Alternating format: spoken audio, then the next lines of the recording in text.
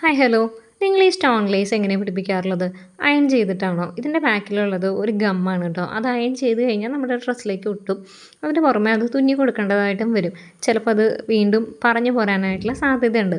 അപ്പം ഞാൻ എന്താ നമ്മുടെ സിംഗിൾ പ്രഷർ ഫൂട്ട് ഇട്ടിട്ട് അതിനെ ജസ്റ്റ് ഒന്ന് പൊക്കി കൊടുത്തിട്ട് സാധാരണ എങ്ങനെയാണോ നമ്മളൊരു സ്റ്റിച്ച് ചെയ്യുന്നത് അതേപോലെ സ്റ്റിച്ച് ചെയ്യണം കേട്ടോ.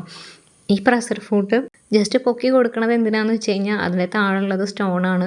പ്രഷർ ഫൂട്ട് അമർന്നിരുന്ന് കഴിഞ്ഞാൽ ആ സ്റ്റോണ് ഡാമേജ് ആവാനും ഇളകി പോകാനും ചാൻസ് ഉണ്ട്. അതുകൊണ്ടാണ് നമ്മൾ പ്രഷർ ഫൂട്ടിനെ പൊക്കി കൊടുക്കണേ. പിന്നെ സിംഗിൾ പ്രഷർ ഫൂട്ട് എന്തിനാണ് ഇടുന്നതെന്ന് വെച്ച് കഴിഞ്ഞാൽ എന്നാലാണ് നമുക്ക് ആ ഒരു 2 സ്റ്റോണിൻ്റെ സെൻറ്ററിലൂടെ കറക്റ്റായിട്ട് സ്റ്റിച്ച് വീഴുള്ളൂ കേട്ടോ. അപ്പോൾ ഇതേപോലെ ഞാൻ സ്റ്റിച്ച് ചെയ്ത് എടുക്കുകയാണ് ചെയ്തിട്ടുള്ളത്. ഇതിന് ശേഷം നമുക്കിത് അയൺ ചെയ്ത് ഇതിൽ പിടിപ്പിക്കണമെങ്കിൽ അങ്ങനെ ആവാം. അപ്പോൾ കുറച്ചും കൂടി ഫേം ആവും. ഞാനിതിലിപ്പോൾ അയൺ ചെയ്യുന്നില്ല, കാരണം വൺസ് നമുക്കിത് വേണ്ട എന്ന് തോന്നുകയാണെങ്കിൽ ആ സ്റ്റിച്ച് അങ്ങ് പൊട്ടിച്ചാൽ ആ ലേസ് നമുക്ക് റിമൂവ് ചെയ്യാൻ പറ്റും.